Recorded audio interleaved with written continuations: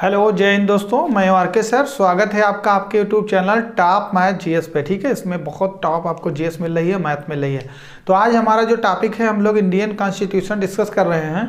तो आज का जो हमारा टॉपिक है, तो ध्यान दीजिएगा, आज हम लोग पढ़ेंगे। अभी तक संविधान में टोटल आपको पता ही है 22 भाग हैं। भाग 4 का तक हम लोग डिस्कस कर चुके हैं। आज जो है हमारा भाग वो 5 है। तो भाग 5 में किस चीज़ का वर्णन है, बहुत ध्यान से देखिएगा, कहीं भी स्किप मत करिएगा। राष्ट्रपति के बारे में आज हम बताने वाले हैं, इंपॉर्टेंट बहुत है। तो ध्यान से देखिए, आज हम लोग पढ़ेंगे भाग 5। भाग 5 का कब मतलब कहाँ से कहाँ तक जोड़ा गया है, भाग 5 में किस चीज़ का वर्णन है। तो देखिए भाग 5, तो देखिए भारतीय संविधान का हम लोग पढ़ रहे हैं भाग 5। और भाग 5 में वर्णन किसका है, तो संघ की कार्यपालिका का वर्णन है। किसका वर्णन है, संघ की कार्यपालिका। तो संघ की कार्यपालिका का वर्णन अगर पूछ ले किस भाग में है, तो भाग 5। अनुच्छेद पूछ ले तो 52 से 151 कहाँ तक है, अनुच्छेद 52 से 151। प्रश्न कैसे बनेगा परीक्षा में, देखिए भाग 5 में क्या वर्णन किया गया है, तो संघ। फिर पूछेंगे संघ की परिभाषा किसमें है, तो भाग 5 में। भाग 5 का वर्णन, अनुच्छेद का वर्णन कहाँ से कहाँ तक किया गया है, तो अनुच्छेद है 52 से 151 तक। ठीक है, तो देखिए 52 से हमारा ये जो है भाग 5 स्टार्ट होता है। और कहाँ 52 से स्टार्ट होता है, सबसे पहले हम लोग पढ़ेंगे अनुच्छेद 52 में होता है राष्ट्रपति। तो किससे संबंधित डिस्कस करेंगे आज हम, राष्ट्रपति के बारे में, प्रेसिडेंट ऑफ इंडिया, राष्ट्रपति के बारे में आज हम लोग डिस्कस करने वाले हैं। क्लियर। तो देखिए भाग 5 में हम लोग देख रहे हैं राष्ट्रपति। देखिए राष्ट्रपति से संबंधित कुछ मुख्य अनुच्छेद हम लिखे हुए हैं, ये आपको याद करने हैं। ठीक है, डिस्कस कर रहे हैं हम लोग राष्ट्रपति के बारे में, राष्ट्रपति के बारे में डिस्कस कर रहे हैं। और मुख्य अनुच्छेद लिखे हुए हैं जो आपकी परीक्षा में आते हैं, तो आपको बिल्कुल मिस नहीं करना है। सारे अनुच्छेद आपको याद होने चाहिए, किस अनुच्छेद में किस चीज़ का वर्णन है, मतलब क्या है इसका, ये सब आप समझेंगे। अभी तो बहुत थोड़ा थोड़ा इसमें लिखा है, विस्तार से हम इसको आपके सामने बताएंगे। तो देखिए राष्ट्रपति हम लोग पढ़ रहे हैं। हमारे देश में राष्ट्रपति जानते ही हैं, उसके बारे में, उसकी शक्तियों के बारे में, राष्ट्रपति का निर्वाचन कैसे होता है, राष्ट्रपति कैसे बनता है, बन जाता है तो उसका वेतन कितना होता है, ठीक है, कैसे चुनाव होता है, कैसे उसको हटाया जा सकता है। तो ध्यान दीजिए, ये सब अनुच्छेद में ही वर्णन है। तो भारतीय संविधान में जो भी पद हैं, उनके लिए जो मुख्य पद हैं, उनके लिए बहुत सारे अनुच्छेद दिए हुए हैं। तो देखिए राष्ट्रपति के लिए प्रमुख अनुच्छेद दिए हुए हैं, उनसे संबंधित हम लोग डिस्कस कर रहे हैं। तो देखिए अनुच्छेद 52, अनुच्छेद 52 में क्या बताया गया है, पद। अनुच्छेद 52 में क्या बताया गया है, पद। किसका पद, राष्ट्रपति का पद। पूछा जाएगा कि राष्ट्रपति के पद का वर्णन भारतीय संविधान के किस अनुच्छेद में किया गया है, तो ध्यान दीजिए अनुच्छेद 52 में। तो राष्ट्रपति हमारे देश में होगा, ये किस में कहा गया है, 52 में। राष्ट्रपति का पद जो निर्धारित किया गया है वो अनुच्छेद 52 में। आगे देखिए फट से, और आगे क्या कहा गया है, देखिए अनुच्छेद 52 में कहा गया है कि भारत में एक राष्ट्रपति होगा। अनुच्छेद 52 में कहा गया है कि भारत में एक राष्ट्रपति होगा, राष्ट्रपति होगा। ठीक है, अनुच्छेद 52 में कहा गया है कि भारत में एक राष्ट्रपति होगा। आगे देखो अनुच्छेद 52 में कहा गया है भारत में एक राष्ट्रपति होगा, और कहा गया है देश का प्रथम नागरिक होगा, देश का प्रथम नागरिक होगा। अब आपसे प्रश्न पूछा जाएगा कि देश का प्रथम नागरिक कौन होता है, तो राष्ट्रपति होता है। और देश में एक राष्ट्रपति होगा, उसका वर्णन किस अनुच्छेद में कहा गया है, तो 52 में कहा गया है। ठीक है, तो राष्ट्रपति का पद। और आगे देखिए कि भारत में एक राष्ट्रपति होगा और देश का प्रथम नागरिक होगा।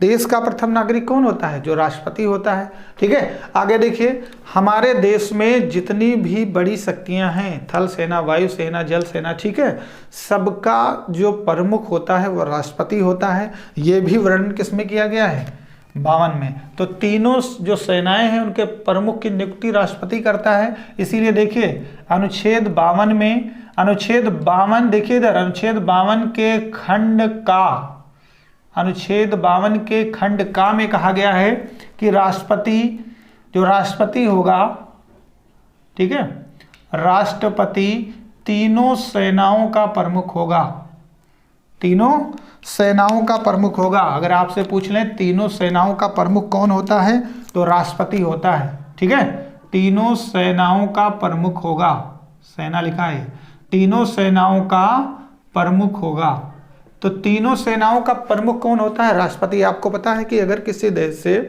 भारत का लफड़ा हो जाए तो राष्ट्रपति ही इजाजत देगा, तब जाके सेना त्याग करेगी, समाप्ति होगी तभी राष्ट्रपति की मर्जी के ऊपर होगी। ठीक है, तो तीनों सेनाओं का प्रमुख कौन होता है? राष्ट्रपति। 52 खंड का में कहा गया है। देश का प्रथम नागरिक होगा, 52 में बताया गया है। भारत में एक राष्ट्रपति होगा, यह भी 52 में बताया गया है। क्लियर हुआ?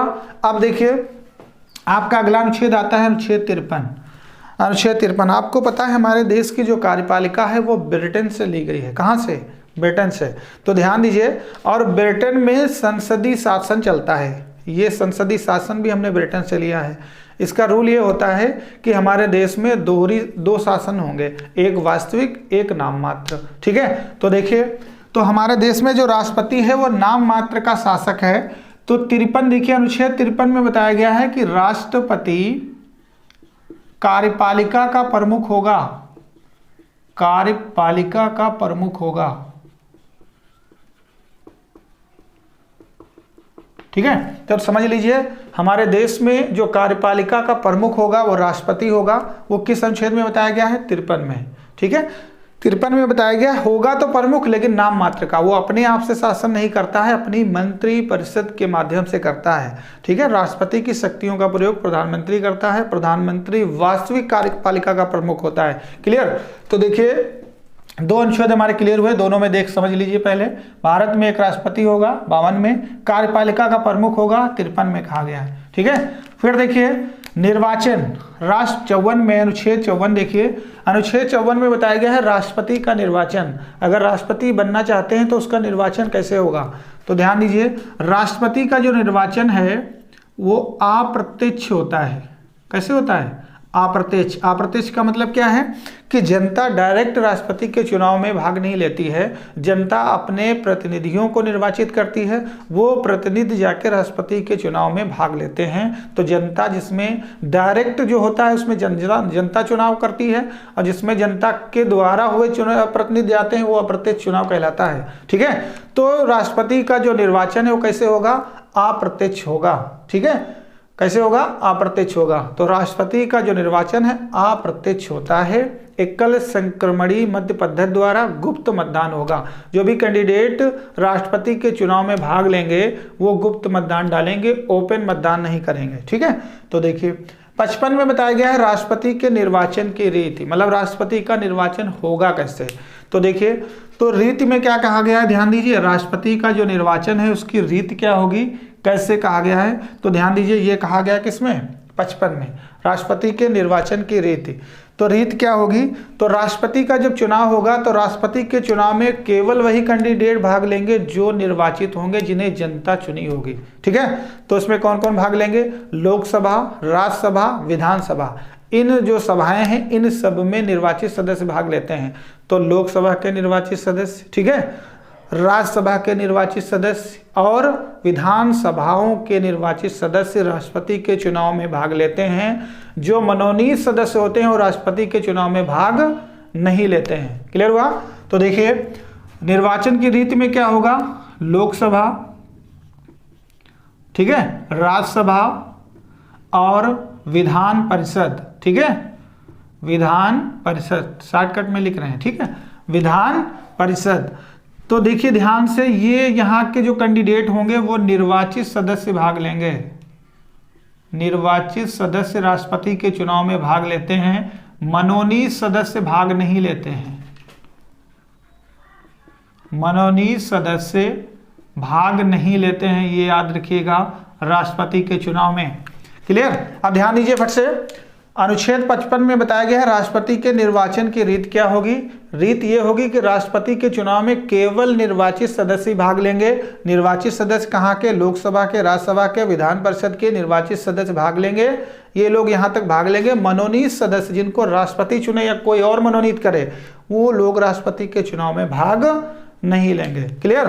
फिर देखिए एक प्रश्न और बनता है कि राज्यों के विधानसभा के निर्वाचित सदस्य भाग लेंगे या फिर केंद्र शासित प्रदेशों के भी लेंगे। ठीक है, तो आपको पता है वर्तमान में हमारे देश में 28 राज्य हैं, 8 केंद्र शासित या संघ शासित प्रदेश हैं, जिसमें दिल्ली और पांडिचेरी के पास विधानसभा है जहां पे लोग निर्वाचित होते हैं।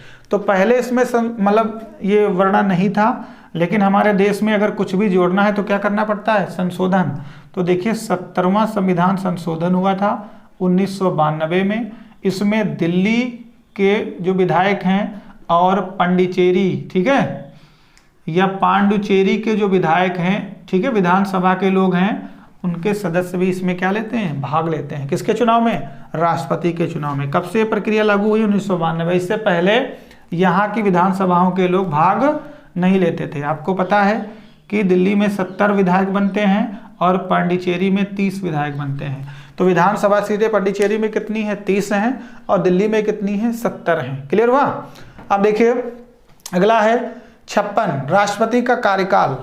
राष्ट्रपति का कार्यकाल क्या होगा, अगर वो एक बार निर्वाचित हो जाएगा तो कितने साल तक पद पर बना रहेगा।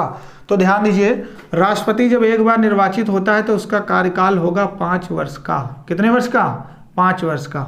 तो एक बार निर्वाचित होने पर राष्ट्रपति 5 वर्ष तक अपने पद पर कार्यरत रहेगा, ठीक है। और जब 5 साल पूरे हो जाएंगे तो उपराष्ट्रपति को अपना क्या कर लेगा, त्यागपत्र दे देगा, और दोबारा 57 में यही बताया गया है कि वो दोबारा से फिर से क्या हो सकता है, निर्वाचित हो सकता है, ये बताया गया है। जबकि 58 हम लोग देखते हैं, ठीक है। अब देखिए कौन सा देखेंगे, 58। तो राष्ट्रपति का कार्यकाल कितना होता है, 5 वर्ष का। क्लियर हुआ। एक बार चुने जाने पर कितने साल तक रहेगा, 5 वर्ष तक रहेगा। फिर देखिए 58 में बताया गया राष्ट्रपति के निर्वाचन की योग्यताएं क्या होंगी। तो राष्ट्रपति जो है उसके निर्वाचन की योग्यताएं क्या होंगी। आपको पता है कि राष्ट्रपति क्या होगा, योग्यताएं क्या होंगी, वह भारत का नागरिक हो, उसकी आयु 35 वर्ष पूरी हो चुकी हो, ठीक है। और राष्ट्रपति का चुनाव लड़ने के लिए आपको पता है, चुनाव डायरेक्ट राष्ट्रपति काम नहीं लड़ सकते हैं। आपके पास 50 सांसद हों जो आपको लिखित दें और 50 सांसद प्रस्ताव भेजें कि हम इनके साथ हैं, तो कुल मिलाकर 100 सांसदों की जरूरत होती है, तब राष्ट्रपति का पर्चा दाखिल कर सकते हैं। क्लियर हुआ। तो देखिए राष्ट्रपति की योग्यताएं क्या हैं, वह भारत का नागरिक हो और उसकी एज कितनी हो, 35 वर्ष हो, किसी लाभ के पद पर ना हो, पागल दिवालिया ना हो। क्या ना हो, पागल और दिवालिया ना हो। पागल का मतलब ऐसा व्यक्ति जिसके पास माइंड ना हो, उसको देश का मुखिया बना दें, ठीक है।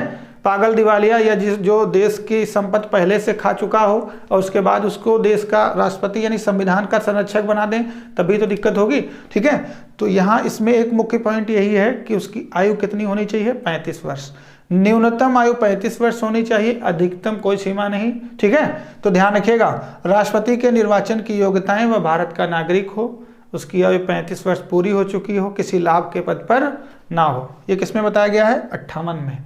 फिर देखिए जब उसकी योग्यताएं हो गई, कार्यकाल हो गया, निर्वाचन संबंधी सारी कहानी हो गई। अब देखिए उसको शपथ कौन दिलाएगा। जब राष्ट्रपति चुनाव में जीत जाएगा तो उसको शपथ कौन दिलाएगा। ध्यान से देखिए, राष्ट्रपति की शपथ का वर्णन है अनुच्छेद 60 में। किसमें है, अनुच्छेद 60 में है।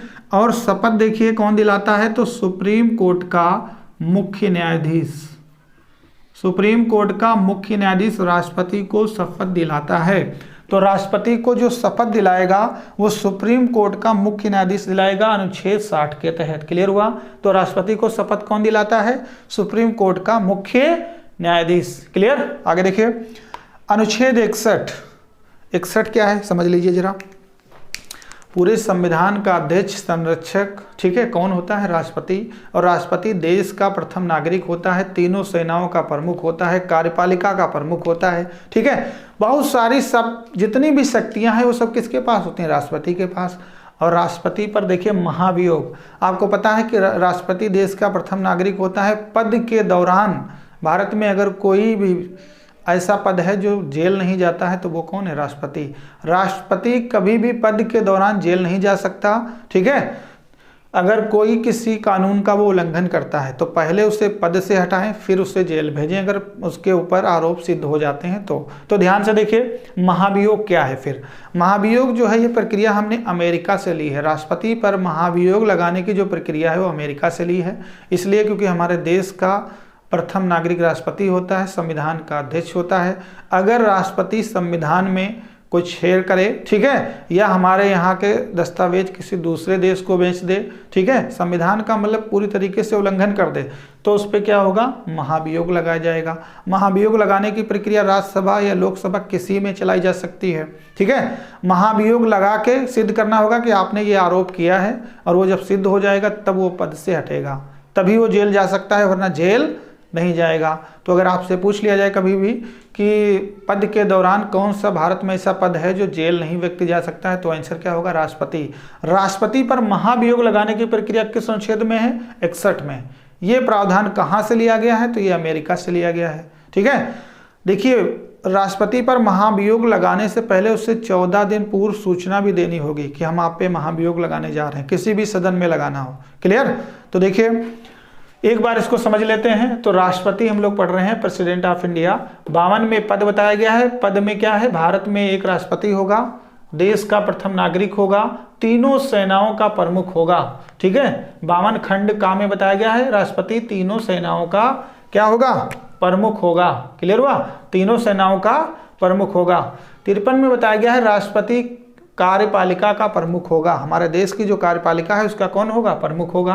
54 में बताया गया है, निर्वाचन, राष्ट्रपति का निर्वाचन अप्रत्यक्ष होगा, जनता डायरेक्ट भाग नहीं लेगी, चुने हुए प्रतिनिधि भाग लेंगे, उसे अप्रत्यक्ष कहते हैं। निर्वाचन की रीत क्या होगी, लोकसभा, राज्यसभा, विधान परिषद, ठीक है, विधान परिषद नहीं, विधानसभा, इसके क्या होंगे, निर्वाचित सदस्य भाग लेंगे, मनोनीत सदस्य राष्ट्रपति के चुनाव में भाग नहीं लेंगे, ठीक है। देखिए, इसमें पहले राज्यों के सदस्य भाग लेते थे, लेकिन 17वां संविधान संशोधन 1992 के तहत दिल्ली, पांडिचेरी को इसमें शामिल किया गया है। अब इसके भी विधायक राष्ट्रपति के चुनाव में भाग ले सकते हैं, और दिल्ली में 70 सीटें हैं विधानसभा की, पांडिचेरी में 30 हैं, क्लियर हुआ।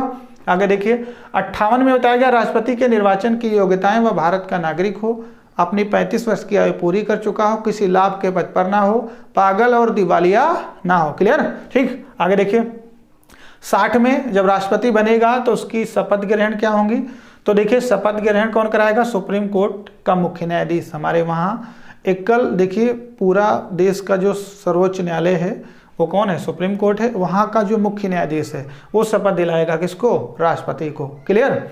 और राष्ट्रपति पर महाभियोग लगाने की प्रक्रिया किस पे है, 61 में, क्लियर हुआ।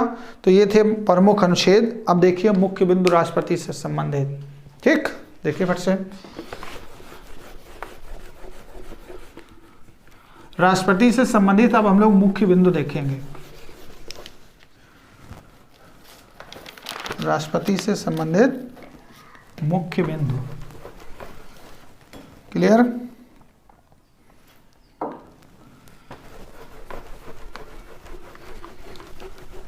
अब आगे पूछा जाता है कि राष्ट्रपति जो है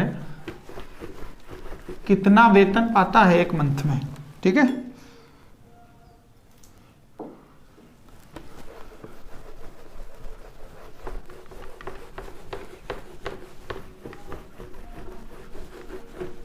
देखिए भाई, अब हम लोग पढ़ने वाले हैं राष्ट्रपति का वेतन क्या है, ध्यान दीजिए।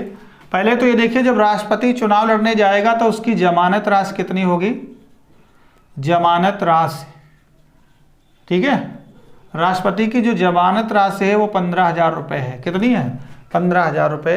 राष्ट्रपति जब चुनाव लड़ेगा तो जमानत राशि कितनी जमा करेगा, 15,000 रुपये। और अगर कुल पड़े मतों का 1/6% नहीं पाता है तो उसकी जमानत राशि क्या होगी, जब्त हो जाएगी। तो राष्ट्रपति को जमानत राशि देनी होती है कितनी, 15,000 रुपये। और राष्ट्रपति का वेतन होता है एक महीने का 5 लाख रुपए। कितना होता है, 5 लाख रुपए। अगर आपसे पूछ लें राष्ट्रपति एक महीने में कितना वेतन पाता है तो 5 लाख रुपए पाता है। कितना, 5 लाख रुपए, क्लियर। फिर देखिए, वेतन 5 लाख रुपए पाता है। अब 5 साल बाद जब इसका कार्यकाल समाप्त हो जाता है तो पेंशन पाता है कितनी, 50%। कितनी पाता है, 50%। 50% का मतलब 5 लाख की आधी, 2.5 लाख रुपए वो हर महीने पेंशन के रूप में पाएगा। कितना, पेंशन के रूप में, क्लियर। तो देखिए, जमानत राशि 15,000 रुपये, ये जब्त कब होगी, जब 1/6 मत वो कुल पड़े मतों का नहीं पाएंगे तो 15,000 रुपये क्या होंगे, जब्त हो जाएंगे। और एक बार राष्ट्रपति चुने जाने पर 5 लाख रुपए महीना पेंशन आधी मिलती है। और जो 5 लाख रुपए मिलता है हर महीने, ये आयकर से मुक्त होता है, इस पर कोई टैक्स नहीं लगता है। और राष्ट्रपति पद के दौरान देखिए सुविधाएं क्या क्या मिलती हैं। विदेश जा सकता है फ्री में, पूरे देश में कहीं भी टहल सकता है। राष्ट्रपति का जो राष्ट्रपति भवन है जहाँ वो रहता है फ्री में, उसमें 340 कमरे हैं। कितने? 340 कमरे हैं और बहुत अच्छी सिक्योरिटी सुविधाएं, बहुत सारी चीज़ें मिलती हैं। क्लियर? तो परीक्षा में आने वाली चीज़ें हम लोग डिस्कस करें, ठीक है। अब देखिए राष्ट्रपति का वेतन 5 लाख रुपए, पेंशन 50%, इसकी आधी 2.5 लाख रुपए मिलेगी, जमानत राशि 15,000 रुपये, ठीक है। क्लियर? आगे देखिए,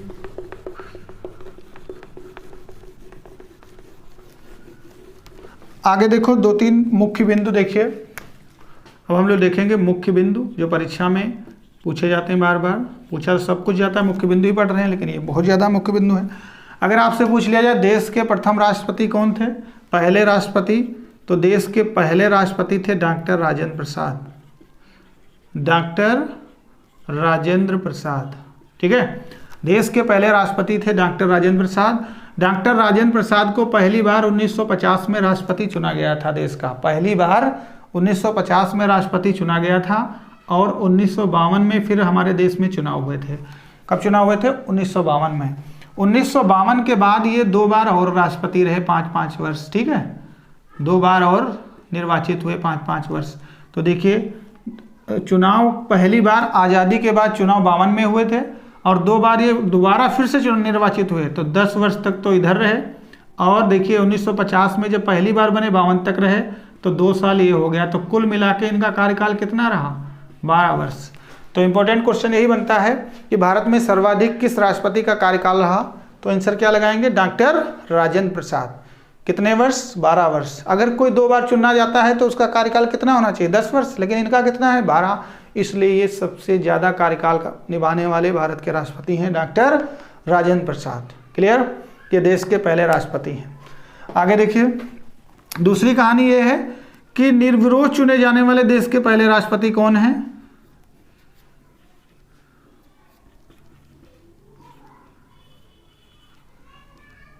ठीक है, निर्विरोध चुने जाने वाले देश के पहले राष्ट्रपति हैं नीलम संजीव रेड्डी। मतलब ऐसे व्यक्ति हैं कि इनके सामने कोई व्यक्ति दूसरा खड़ा नहीं हुआ, सिंगल कैंडिडेट थे तो अकेले ही चुनाव में जीत गए थे। तो निर्विरोध चुने जाने वाले देश के पहले राष्ट्रपति कौन है? नीलम संजीव रेड्डी हैं। एक और आता है प्रश्न, देखिए जरा, राष्ट्रपति का चुनाव लड़ने वाली प्रथम महिला कौन है?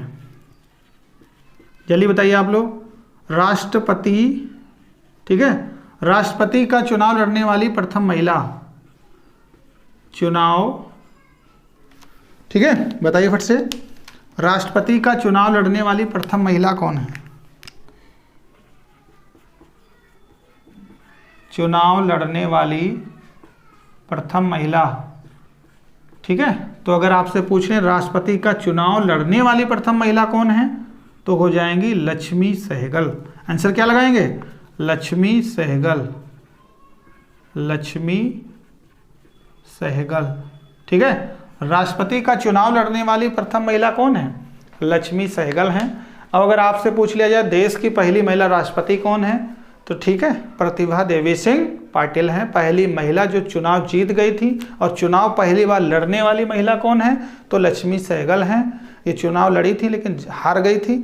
चुनाव जीतने वाली या राष्ट्रपति बनने वाली पहली महिला कौन है? तो कौन है? प्रतिभा देवी सिंह पाटिल हैं। और देश के, ठीक है, ऐसे कौन मुख्य न्यायाधीश हैं जो राष्ट्रपति का पद संभाला था? तो एम हिदायतुल्लाह हैं। कौन है? एम हिदायतुल्लाह, पूछा जाता है परीक्षा में। क्लियर? देश के एकमात्र अविवाहित, ठीक है, और साइंटिस्ट कौन थे? तो एपीजे अब्दुल कलाम थे। क्लियर हुआ? वर्तमान में आपको पता ही है द्रौपदी मुर्मू हैं। क्लियर हुआ? तो ये थे राष्ट्रपति से प्रमुख बिंदु जो आपको पढ़ने हैं, ठीक है। तो बहुत अच्छे से पढ़ लीजिएगा, बहुत अच्छे से सब चीज़ बताई गई है, समझ में जरूर आई होगी। इसको 2 से 3 बार रिवाइज करिएगा, आपका बिल्कुल क्लियर हो जाएगा। यहाँ से कोई भी प्रश्न आपका परीक्षा में फंसेगा नहीं, ठीक है। तो मेहनत करते रहिए और तरक्की का नजरिया करिए और फौरन नौकरी लीजिए। तो तैयारी बेहतर करिए। SSC MTS में अगर अभी तक फॉर्म नहीं डाला है तो तुरंत फौरन फॉर्म डाल दीजिए और अच्छी तैयारी करना स्टार्ट कर दीजिए, ठीक है। तो आपको इस चैनल के माध्यम से अच्छी बेहतर तैयारी करवाई जाएगी, वो भी फ्री में, निःशुल्क, ठीक है। तो ध्यान दीजिए, अच्छे से तैयारी करिए, स्वस्थ रहिए, अपना ध्यान रखिए और अगर आप चैनल पर नए हैं तो तुरंत सब्सक्राइब कर लीजिए, बेल आइकन भी दबाइए, अपने दोस्तों में वीडियो को शेयर भी करिए। गुड डे, जय हिंद, जय भारत।